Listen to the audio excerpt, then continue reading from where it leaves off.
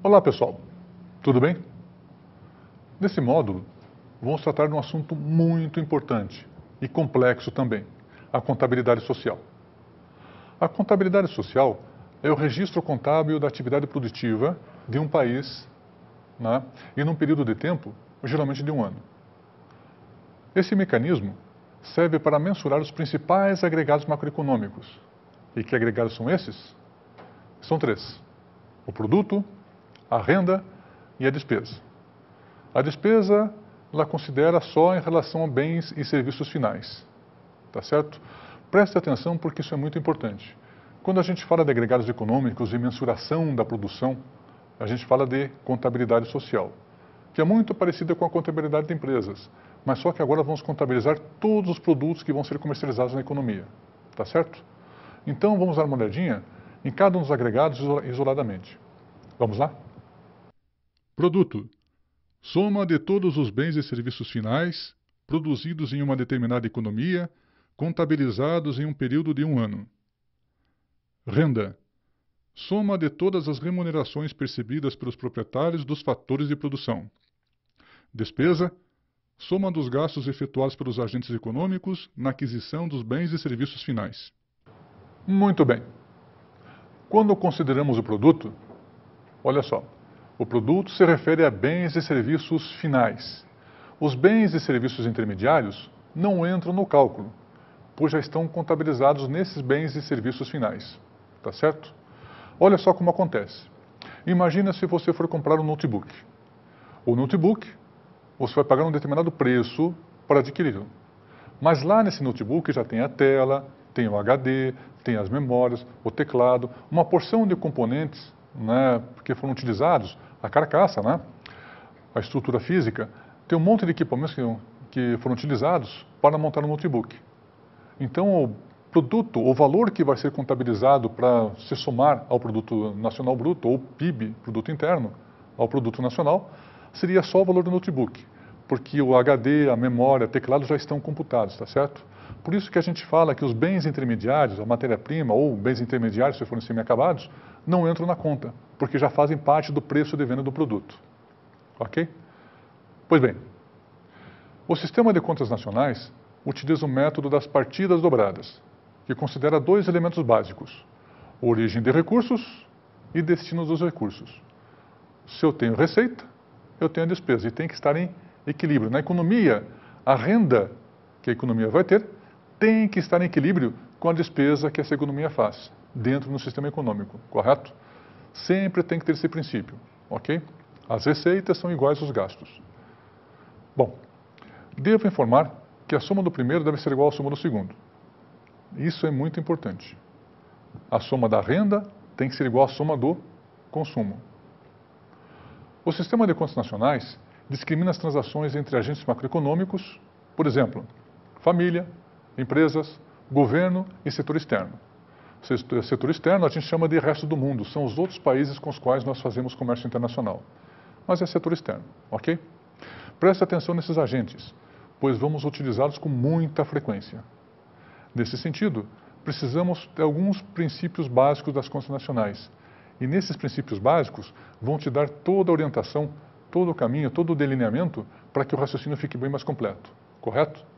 E quais são esses princípios básicos? Vamos eles? Apenas as transações com bens e serviços finais. A produção dentro do espaço econômico do país. A produção corrente do próprio período.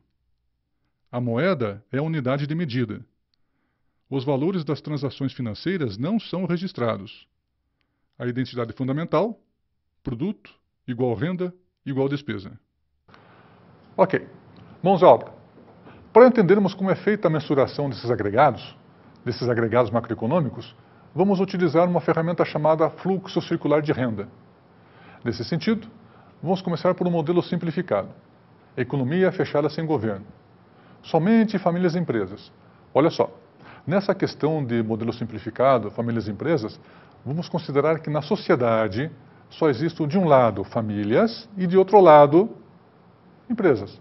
O governo não vamos colocar nesse modelo por enquanto, tá bom? Precisamos de um raciocínio simples, muito tranquilo para começar a entender. E de forma progressiva a gente vai incluindo o modelo. o governo, ok?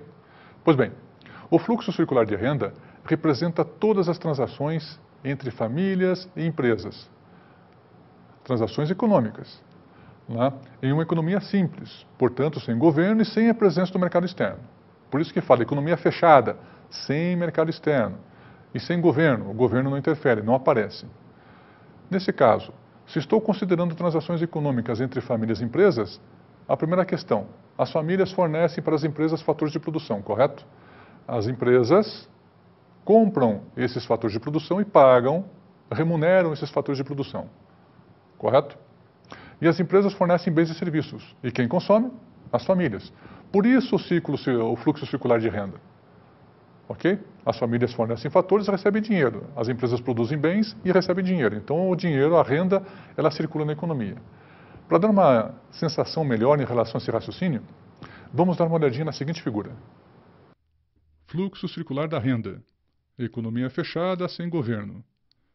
Funcionamento de uma economia de mercado na ótica do fluxo real e monetário da economia a dois setores. Nessa economia, as famílias compram bens e serviços das empresas. Essas despesas fluem por meio dos mercados de bens e serviços. As empresas, por sua vez, usam o dinheiro recebido das vendas para pagar os salários, juros, lucros e aluguéis por meio dos mercados e fatores de produção, terra, capital e trabalho.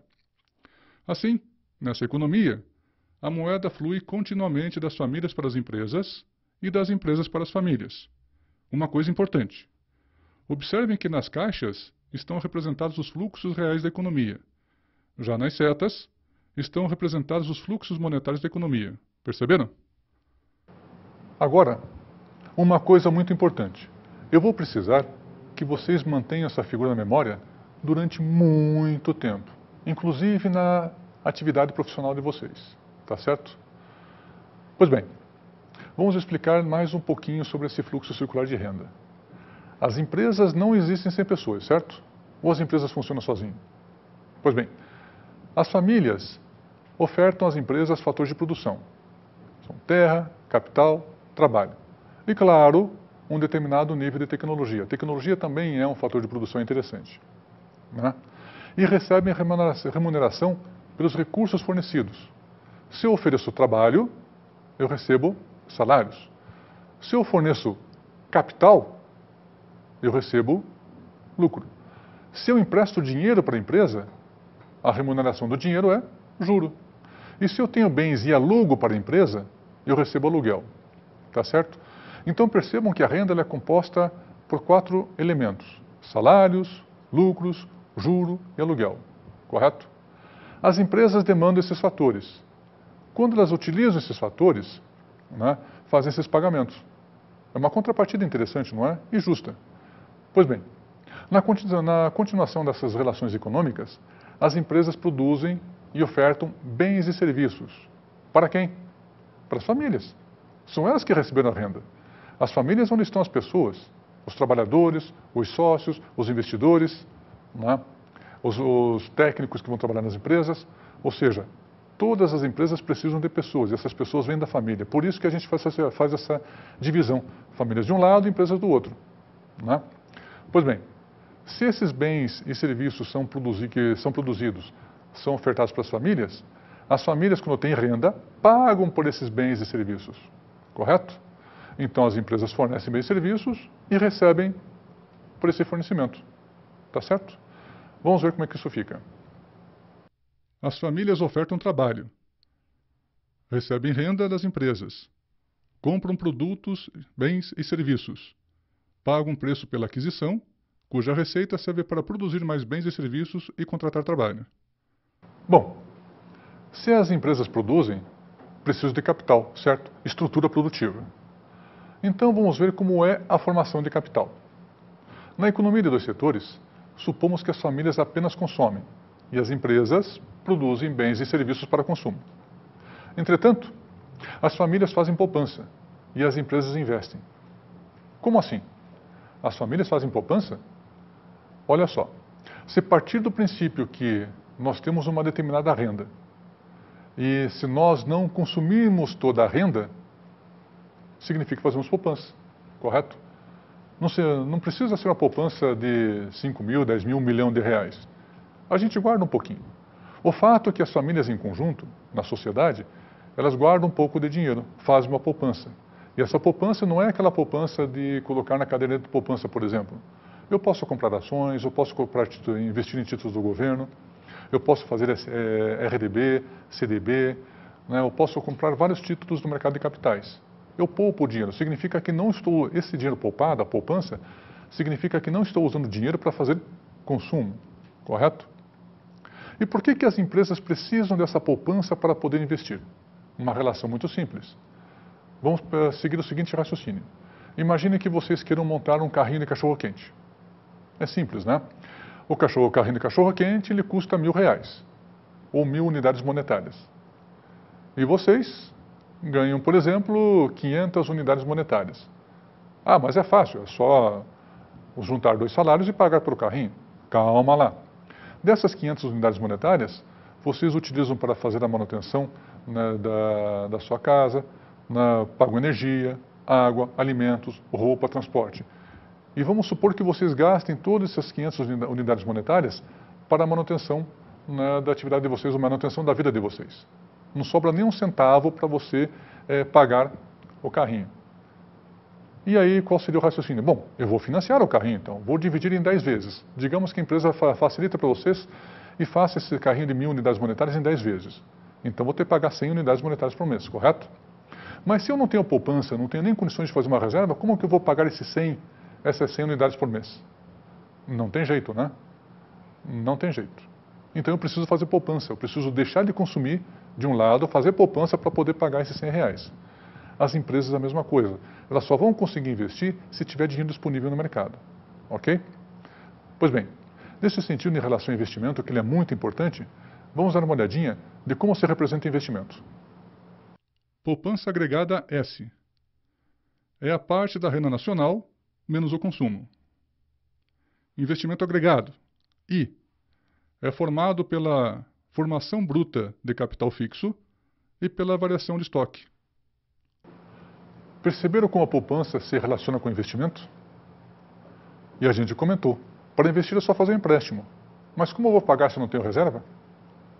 Pois bem, essa reserva se chama poupança. E eu já comentei com vocês, essa poupança se dá de várias formas.